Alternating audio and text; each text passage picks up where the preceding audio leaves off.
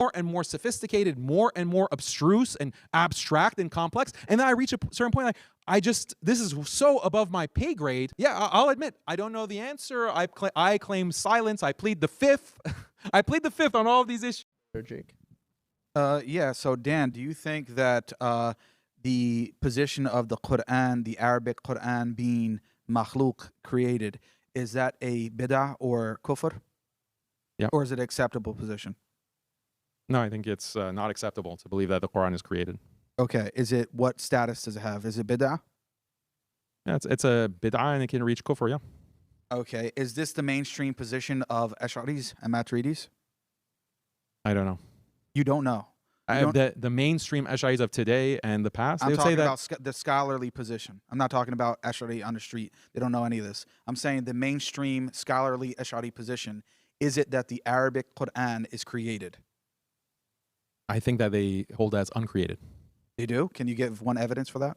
I don't know. Like I said, I haven't studied this and I don't care to study it. So that is a fundamental view that they hold, and you're admitting that you believe that that position is a bid'ah that can actually reach the level of kufr. So how is their school and their creed actually not deviant? Okay, is Nawawi part of the mutakallimun? Like, would he consider? No? No, not at all. Why? Not all, because he doesn't engage in this stuff. He was not a mutakallim.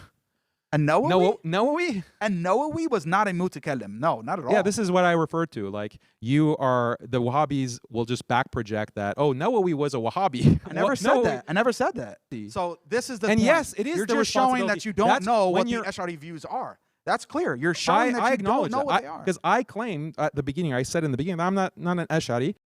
No, I'm talking about, this quote is saying that most of the lay people have kufri beliefs, and he lists a whole bunch of them. Do you believe that these beliefs are kufr? That these positions are kufr, what he mentions?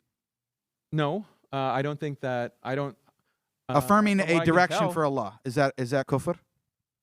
Affirming a direction? Yeah, that Allah is above and outside of creation, no, is that kufr? I don't think that, depending on what you mean by that.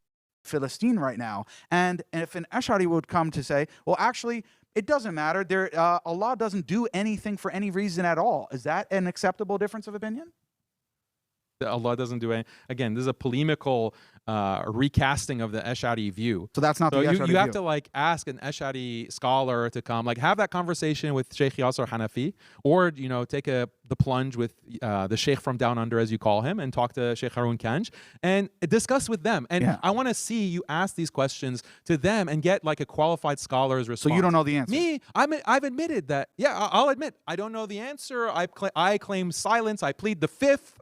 I plead the fifth on all of these issues. I don't want to incriminate No, but that's myself. important. And it's not. It's no, actually I'm telling not. you why. I'm telling you why. You don't have to know. You don't have to know. Literally not. You don't have to know. The reason why it's important for this debate, and you could be exonerated in that respect, is because if the question is, are the Ash'ari and Maturidi creeds deviant, and you're displaying and openly admitting that you don't know a lot of the positions that I'm representing as their positions actually are deviant, then there's probably good reason why you don't think that they're actually deviant or kufri creeds, because you don't know what they actually believe. That's fair. But then you should just say that. You should just say, I don't know, Jake. I actually want to withhold and say, I don't know if their aqidah, their creeds actually are deviant or not, because I don't know enough about them. And that would be a more respectable position. So in that sense, then kufr any man could be equal in the sight of Allah. He could throw the Prophet Muhammad والسلام, and all the believers into the hellfire and put Shaitan and the Pharaoh and all the disbelievers into paradise, and it would make no difference for Allah. Do you believe that? No, but again, like, is this something so obvious? Like, is this something? Yeah, it is. Like the way that I think about, because I've studied these things to not your level, not going into this level of depth in these debates, but I'll tell you why I didn't pursue it even more than I did.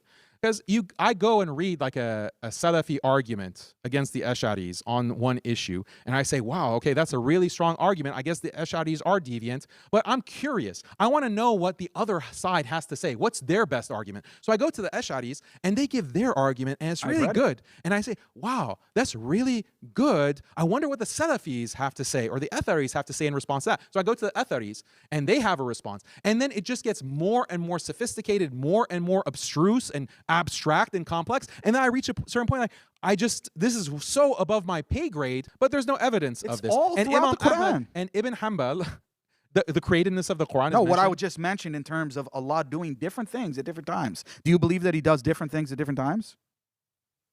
What is time? I would have to say that's my response to that. What is time? And I'm how are we? talking What is about, our I'm talking metaphysics about of time? succession. Do you believe that Allah gotta has already pray. judged creation? Has Judgment Day already happened for Allah? Has He already done it? I can see like good arguments for both sides. Yeah. I can Really? see good So arguments. that's an acceptable view to believe. I don't know if it's acceptable. I don't know. I have to research So it. like this. If I Let me have give to an research example. it, Let me give an and example. I plead the fifth. Allah I gotta says, research it. Allah says in the Quran that He created. Gotta pray. We gotta pray. This is the last point. Last point. Allah says that He created jinn before He created mankind. Did He actually create the jinn before He created mankind? Yeah. In the creation where time exists. Yeah. Yeah, but His action. Did He do different actions at different times? Did He act and create the jinn and then act again and create mankind? I'll answer that if you explain what time is. Okay, bismillah. So, yeah, we saw in this debate, and this is, just a reality, I think, of what happened. The debate is supposed to be on whether or not the Ash'ari and Maturidi creeds are deviant. I think Daniel doesn't necessarily think they're deviant because he doesn't know enough about them. So I genuinely believe that Daniel doesn't know enough about this topic in order to take a position one way or another. I'm not saying he has to agree with me. I think if he, anyone who does serious study on this, I think should come to the right conclusion that the Ash'ari and Maturidi creeds are deviant.